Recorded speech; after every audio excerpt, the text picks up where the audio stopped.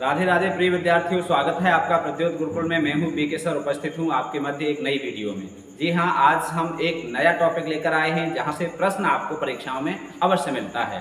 आप सबका सबसे पहले तो हार्दिक स्वागत है, अभिनंदन है। आप सब चैनल के प्रति इतना सारा प्यार दे रहे हैं, लोगों को शेयर कर रहे हैं, लाइक भी कर रहे हैं और बहुत प्यारे प्यारे कमेंट कर रहे हैं। उन सभी कमेंट को मैं पढ़ने की कोशिश करता हूं और अधिकांशतः कमेंटों का जवाब भी देता हूं। तो आप ऐसे ही कमेंट करते रहिए, एक पंक्ति दो पंक्ति आप कमेंट में लिख सकते हैं जो आपको चाहिए, जो आपको वीडियो कैसी लगी या आप कौन से टॉपिक पर वीडियो चाहते हैं, इस तरह से भी आप कमेंट कर सकते हैं। वीडियो में आपको क्या अच्छा लगा ये भी कमेंट कर सकते हैं। ठीक है, तो आप कमेंट करें अवश्य, लाइक भी करें और दोस्तों के साथ शेयर भी करें, और ये लगातार कर रहे हो उसके लिए हृदय से आपका आभार व्यक्त करता हूँ। जी हाँ, आज हम आपके लिए एक नया टॉपिक लेकर आए हैं और आधुनिक काल में जो छायावाद है, छायावाद से संबंधित पंक्तियां अवश्य पूछी जाती हैं। छायावाद की पंक्तियां यदि आप इंटरव्यू की तैयारी कर रहे हैं तो इंटरव्यू में भी अवश्य पूछी जाती हैं छायावाद की पंक्तियां।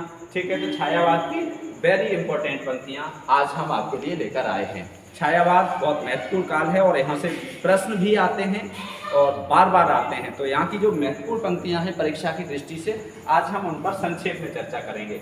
आइए शुरुआत करते हैं। देखिए, पहली पंक्ति यहाँ हमने लिखी है, विजन वन वल्लरी पर सोती थी सुहाग भरी, स्नेह स्वप्न मग्न अमल कोमल तन तरुणी जूही की कली।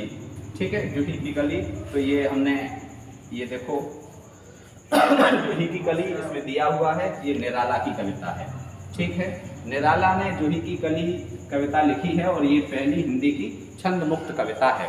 निराला कहते हैं कि जिस प्रकार से व्यक्ति की मुक्ति होती है, मनुष्य की मुक्ति होती है, उसी प्रकार से कविता की भी मुक्ति होनी चाहिए। कविता भी अपनी मुक्ति चाहती है, अर्थात कविता की मुक्ति का आशय है छंदों से मुक्त कर देना।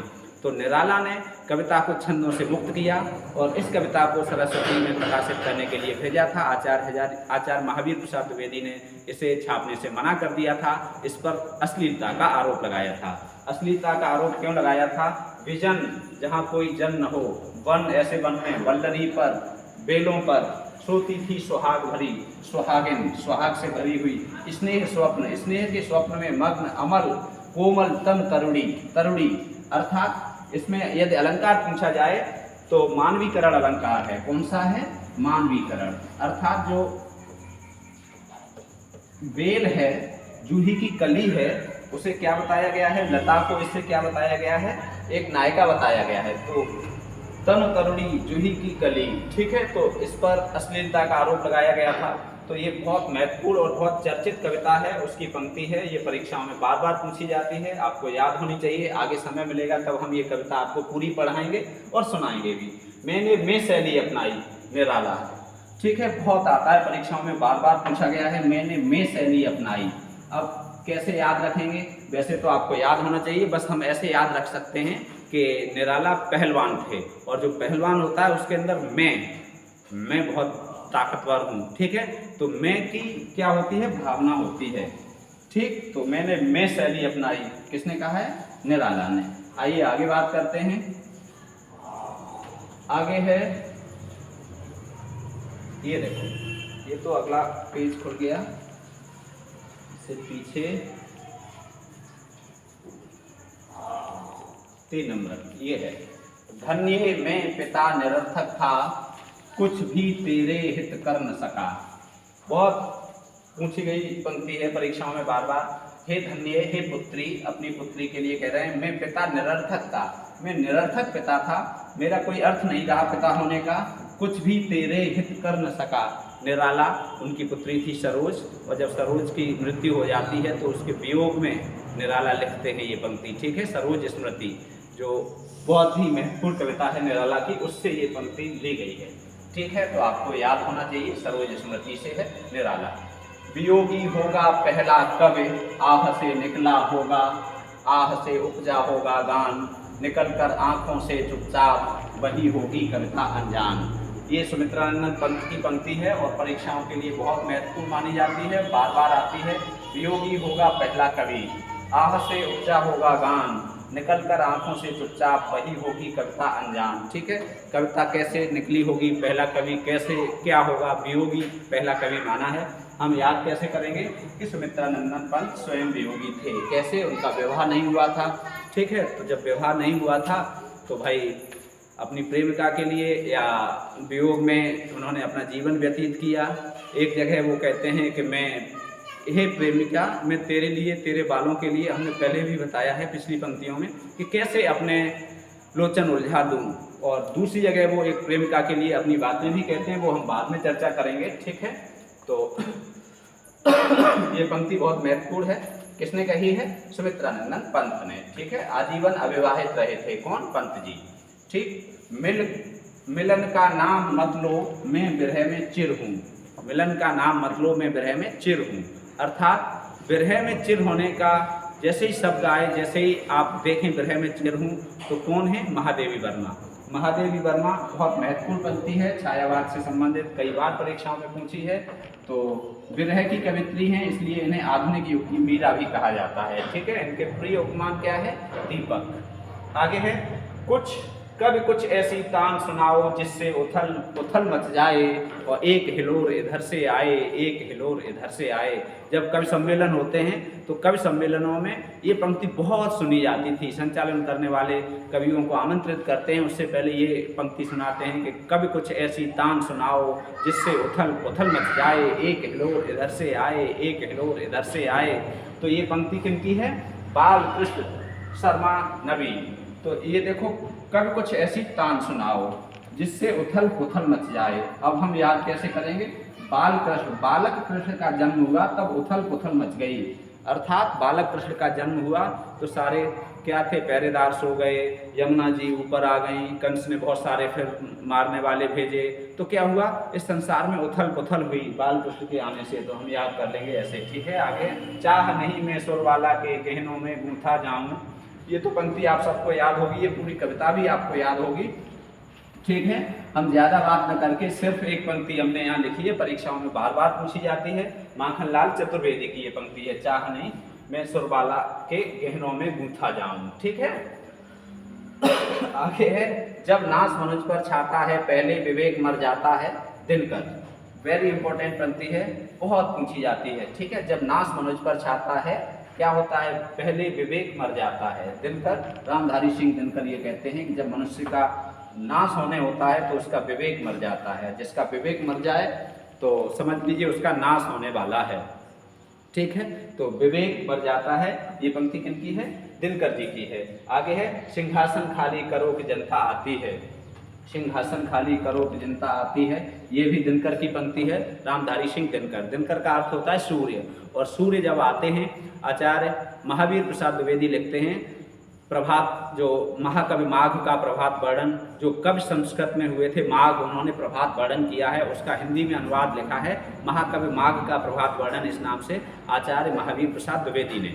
तो वो ये कहते हैं कि सूर्य निकलते हैं उससे पहले उनका सारथी जो है अरुण, वो क्या करता है? रात्रि का नाश कर देता है। तारे भी चले जाते हैं, रात्रि भी चली जाती है, अंधकार भी चला जाता है, और अंधकार और प्रकाश के बीच का जो समय होता है संध्या, प्रातःकालीन संध्या, वो भी चली जाती है, और सब कुछ चला जाता है। सबका क्या कर देता है? सिंहासन खाली करो के दिनकर कि जनता आती है, अर्थात सिंहासन खाली करो, सूर्य आने वाले हैं। चंद्रमा भी चला जाता है, तारे भी चले जाते हैं। जहाँ चंद्रमा का सिंहासन था, जहाँ तारों का राज्य था, जहाँ अंधकार का शासन था, वो सब खाली करके भाग गए। किनके आने पर? दिनकर के आने पर। ठीक है, तो हम इसे याद रखेंगे, बहुत महत्वपूर्ण पंक्ति है। आगे देखते हैं, ये क्षमा शोभती उस भुजंग को जिसके पास गरल हो, उसको क्या जो दंतहीन विषहीन विनीत सरल हो। क्षमा शोभती उस भुजंग को, ऐसे सर्प को, भुजंग का अर्थ होता है सर्प, ऐसे सर्प को क्षमा शोभती है जिसके पास जहर हो, अर्थात ऐसे व्यक्ति को क्षमा शोभा देता है जो शक्तिशाली हो। जो कमजोर हो वो तो स्वयं ही क्षमा कर ही देगा। कमजोर व्यक्ति यदि क्षमा करता है तो लोग कहते हैं कि मजबूरी में कर दिया, वो करेगा क्या? लेकिन जब कोई बलवान है, कोई शक्तिशाली है और किसी कमजोर को क्षमा करता है तो उसे शोभा देती है। क्षमा शोभती उस भुजंग को जिसके पास गरल हो, उसको क्या जो दंतहीन विषहीन विनय सरल हो।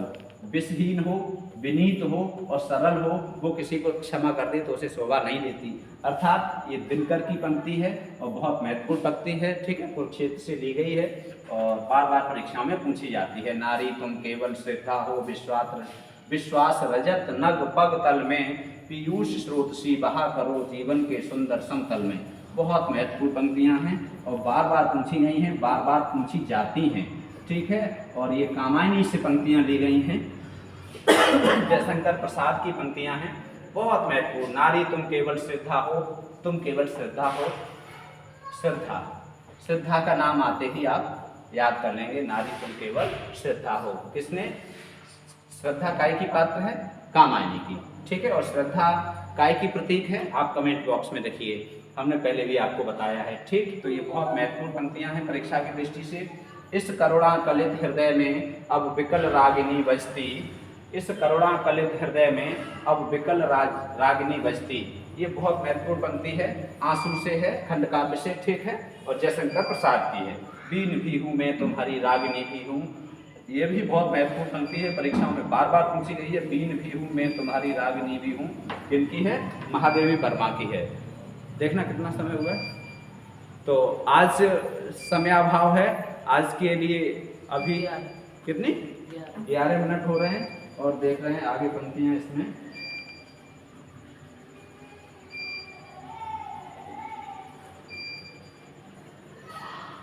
चलो आज इतनी ही महत्वपूर्ण पंक्तियों पर हम चर्चा करे ले रहे हैं, इतनी पंक्तियां बहुत हो गई। यदि आपको किसी तरह से किसी भी प्रकार की समस्या है तो यदि हमसे बात करना चाहते हैं 97 58 43 28 87 पर हमसे बात कर सकते हैं। 28 87 इस नंबर पे हमसे बात कर सकते हैं। यदि PDF चाहिए तो प्रद्योत गुरुकुल,